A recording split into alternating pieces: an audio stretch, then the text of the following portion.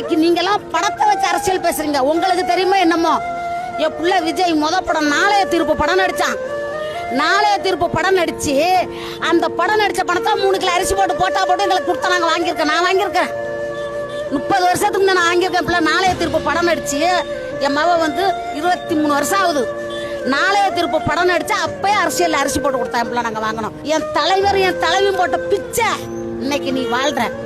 அன்னைக்கு தலைவர் ஜெயலலிதா போனா திருக்கோளையில இருப்பேன். இது நடந்திருக்கும் கண்டிப்பா. நாங்க போட்ட பிச்சையில என் தாய் என் தலைவர் நடிச்ச பழத்துல நீ வந்து ஆண்டுகிட்டு போய் தமிழ்நாட்டை ஏமாத்தி கையில வச்சு அலையிற.